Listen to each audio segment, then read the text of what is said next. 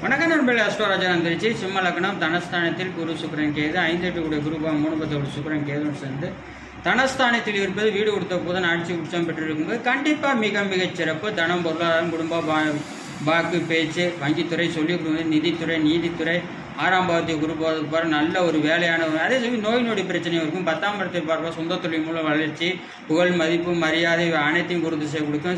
சுக்கிர திசை மிக மிக சிறப்பான பலன். ஜீவனம், பொருளாதாரம், புகழ், வெற்றி, கீர்த்தி, சுக்கிரனுடைய காரத்துவங்கள் அனைத்தும் சிறப்பாக இருக்கும். கேது திசை மிகச் சிறப்பான பலன்களை 3 தசை மிக மிக சிறப்பான பலன்கள். இன்னும் பௌர்ணமி சந்திரனுடைய பார்வையெல்லாம் இருக்கும்போது சந்திரன் காரியமாக இருக்கும்போது இன்னும் அளவு கடந்த செல்வத்தையும் புகழையும் கொடுக்கக்கூடிய உயர் உன்னத அமைப்புங்க. எனவே அடுத்து லக்னாதிபதி எல்லா விதியும் பொருந்து வர வேண்டிய 2024 2026 சட்டசபை தேர்தல்கள் யூடியூப்ல போய் தமிழ்நாட்டு பயணிச்சால் அஸ்ட்ரோராஜன் வீடியோ வரும். ஒன்று ரிசல்ட் வந்துருச்சு, இன்னொன்று 2026 தெரியும்.